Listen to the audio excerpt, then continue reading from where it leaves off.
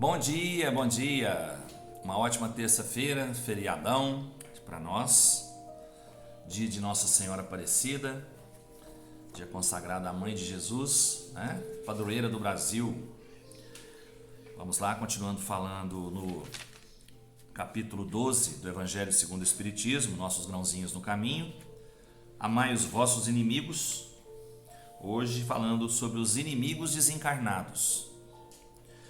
O espírita tem ainda outros motivos de indulgência para com os inimigos, porque sabe, antes de mais nada, que a maldade não é o estado permanente do homem, mas que decorre de uma imperfeição momentânea e que, da mesma maneira que a criança se corrige dos seus defeitos, o homem mau reconhecerá um dia os seus erros e se tornará bom. Sabe ainda que a morte só pode livrá-lo da presença material do seu inimigo e que este pode persegui-lo com o seu ódio, mesmo depois de haver deixado a terra.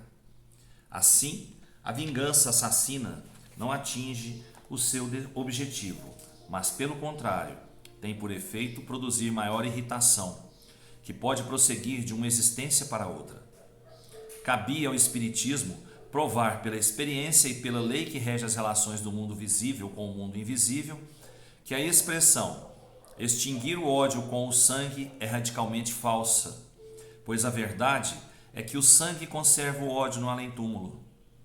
Ele dá, por conseguinte, uma razão de ser efetiva e uma utilidade prática ao perdão, bem como a máxima de Cristo: amai aos vossos inimigos. Não há coração tão perverso que não se deixe tocar pelas boas ações, mesmo a contragosto.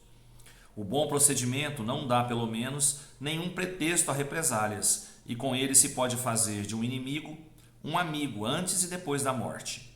Com o mau procedimento, ele se irrita, e é então que serve de instrumento à justiça de Deus para punir aquele que não perdoou. Pode-se, pois, ter inimigos entre os encarnados e os desencarnados. Os inimigos do mundo invisível manifestam sua malevolência pelas obsessões e subjugações a que tantas pessoas estão expostas e que representam uma variedade das provas da vida. Essas provas, como as demais, contribuem para o desenvolvimento e devem ser aceitas com resignação, como uma consequência da natureza inferior do globo terrestre. Se não existissem homens maus na Terra, não haveria espíritos maus ao redor da Terra. Se devemos, portanto, ter indulgência e benevolência para os inimigos encarnados, igualmente as devemos ter para os que estão desencarnados. Antigamente ofereciam-se sacrifícios sangrentos para apaziguar os deuses infernais, que nada mais eram que os espíritos maus. Aos deuses infernais sucederam os demônios, que são a mesma coisa. O Espiritismo vem provar que esses demônios não são mais do que as almas de homens perversos que ainda não se despojaram dos seus instintos materiais, que não se pode apaziguá-los senão pelo sacrifício dos maus sentimentos, ou seja, pela caridade, e que a caridade não tem apenas o efeito de impedi-los de fazer o mal, mas também de induzi-los ao caminho do bem, a contribuir para a sua salvação. É assim que a máxima amai aos vossos inimigos não fica circunscrita ao círculo estreito da terra e da vida presente, mas integra-se na grande lei da solidariedade e da fraternidade universais. Bom, nós espíritas, espiritualistas, né, que acreditamos que a vida existe infinitamente após a morte do corpo físico, nós sabemos que nós temos inimigos do outro lado, inimigos desencarnados. E nós temos que saber o motivo que esses inimigos ainda carregam dentro de si a raiva, o ódio pela gente que está aqui encarnado. Por que eles nos procuram para, entre aspas, infernizar a nossa vida, para tentar nos prejudicar, nos derrubar, né? A gente sabe disso, né? É porque eles ainda não se despojaram dos sentimentos ruins que adquiriram aqui na Terra. Eles ainda não entenderam que se eles permanecerem assim, eles vão atrasar a sua evolução espiritual, eles vão atrasar seu progresso, eles vão prejudicar a progressão de nós que estamos aqui na Terra. E Deus não quer isso, né? A gente sabe que isso tudo é momentâneo. A gente sabe que isso passa. Tudo tem um tempo para terminar. E um dia, esses irmãos que estão desencarnados, estão lá com mágoa, com ódio, com espírito de vingança para conosco, isso um dia vai acabar. Eles vão atingir um tempo em que eles vão entender que isso está só prejudicando a eles, principalmente a eles. Aí eles vão aceitar o amor de Cristo, o amor de Deus, vão mudar o seu modo de ver, mas para isso o que a gente precisa fazer? Conversar mentalmente, em nossas orações, com esses espíritos, pedindo perdão pelos nossos erros aqui, em vidas passadas mesmo, ou mesmo nessa. Pedir perdão, né? E perdoar. Passar para esses espíritos, para esses irmãos nossos que estão desencarnados e que se sentiram ofendidos, se sentiram prejudicados em alguma existência ou mesmo nessa existência por nós, para que nos perdoem. Para que nos perdoem.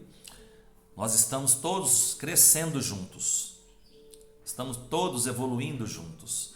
E quanto mais nos apegarmos aos sentimentos humanos, aos sentimentos terrenos, nós vamos atrasar essa evolução, né? A Terra ainda tem muita gente ruim, ainda tem muito espírito mal encarnado aqui. E aqui fala que é por isso que existem espíritos maus ao redor da Terra. Por quê? Porque são atraídos por nós, que ainda somos espíritos maus. Então nós temos que procurar nos policiar, procurar mudar as nossas vibrações, para a gente poder trazer para perto da gente aqueles irmãos que vão nos ajudar na caminhada, que vão nos ajudar a nos fortalecer. Eu não digo que esses irmãos desencarnados não estão nos ajudando. Sim, eles estão nos ajudando.